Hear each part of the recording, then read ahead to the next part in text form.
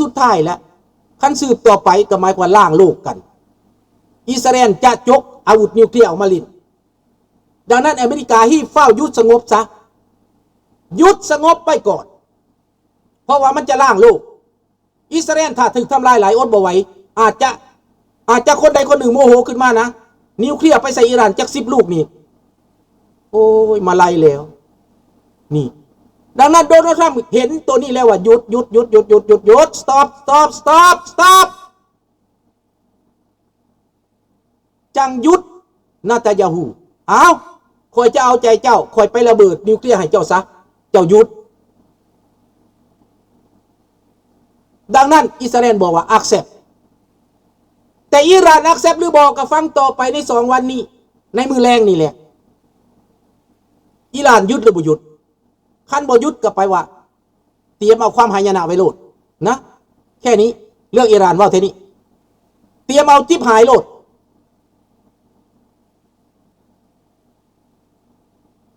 นี่บ่ฟังความพ่อแม่พี่แก่เขาบ่นะลูกอันนี้แหละเอาแต่ใส่แต่เรื่องหมู่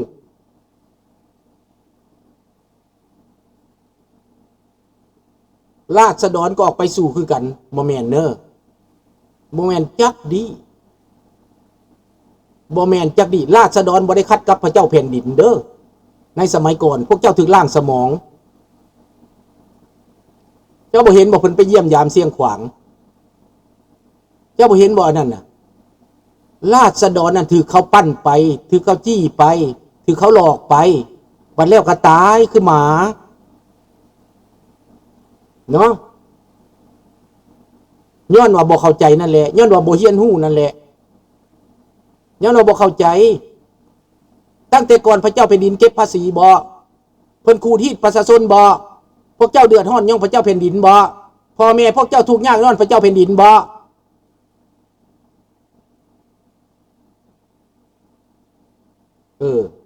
ก็ฟังไปพบบักโปรตีนละยอมหรือบ่ยอมหั่นน่ะโปรตีนก็ต้องบอกให้ยอมคันบ่ยอมก็คือตายบ่ยากเด้จิบหายแบบอิรักนั่นแหละคันบ่ยอมน่ะอเมริกาพร้อมจะหลบเลยเด้เนาะ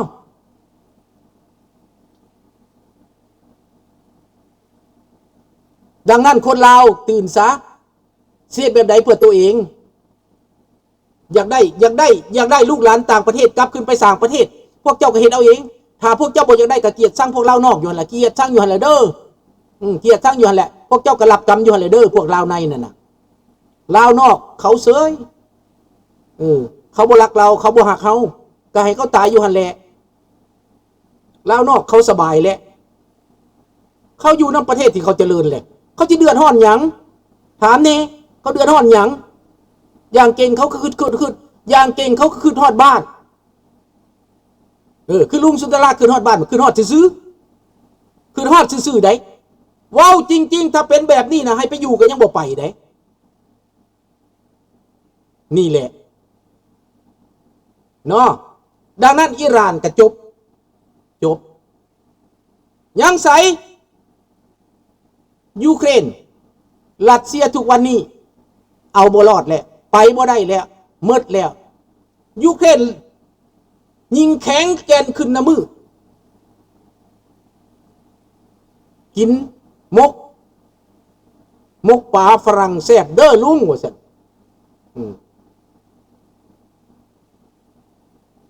บักสีเดี๋ยวนี้เงียบอยู่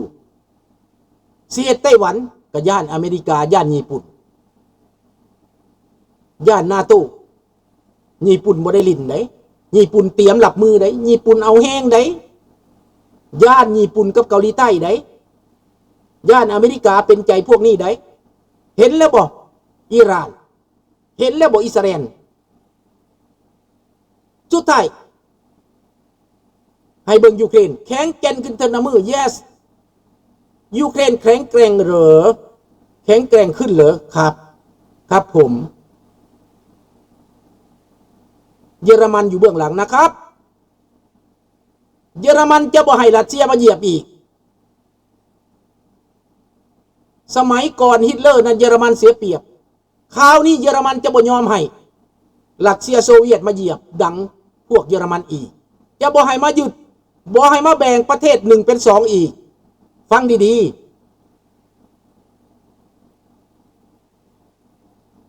อยากลองก็ลองที่ลองที่เท่าจีนน่ะพวกเจ้าไปนิยมหลายๆนิยมหลายๆอเมริกาบ่มีหยังลำคนว่าอเมริกาติดหนี้เพิ่นใส่ให้เด้ติดหนี้อเมริกาติดหนี้ก็ไปทวงเอาหนี้ที่แหล่งข่าวลุงมาจากไหนผมอยากรู้จริงๆเลยโอ้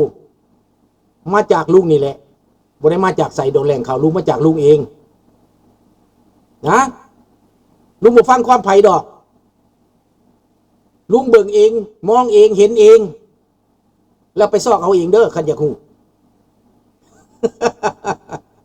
ของจริงเลยนี่นะแล้วก็ไปเอาเลยแหละพวกเจ้าคืนว่าบักโปรตีนสิกินประเทศยูเครนได้ง่ายๆบอกกินโลด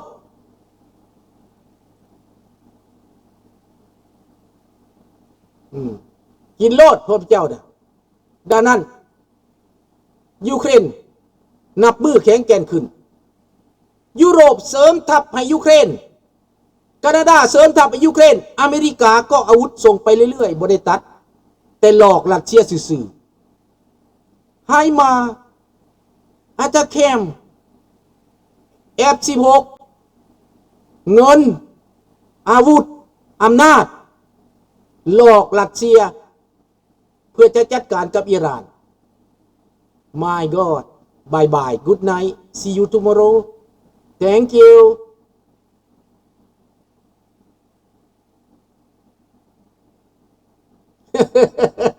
เอ้าก็บอกสำนักก็แล้วตัวแหล่งข่าวผมมาจากรัสเซียและยูเครนไม่ได้มาจากผมเองสนุกก็มาจากเฮานี่แหละไปเบิ่งเองสมองของเฮานี่ไปเห็นเองนั่นน่ะ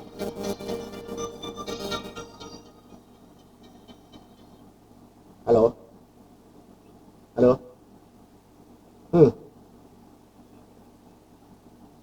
สิไปส่งบิลลี่ไปเขานี่หน่อยหนึ่งไปหาเอางอหน่อยหนึ่งเลยมีหยังบ่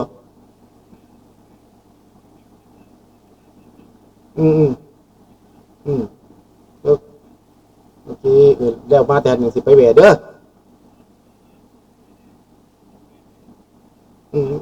จะโทรไปโหลดจะโทรไปโหลดโอเคจะโทรไปโหลดขอยังคาอยู่โอเค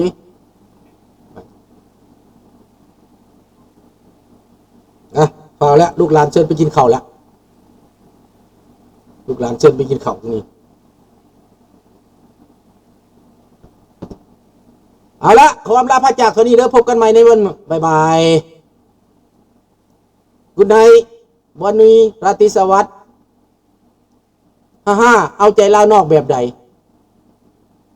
โอ้ยมือเนี่ยสิบอกเอาใจแบบใดฮะนะลาวนอกเขามีของดีอยู่แล้วเขาไม่จำเป็นต้องเลนไปหาดอกมีแต่ลาวลิงอะเลนไปฟังดีๆลาวนอกเขามีของดีอยู่แล้วโอ้ยพวกเจ้ายังบ่จักอีก50 ปีที่เขามาตั้งโตอยู่นี่นะ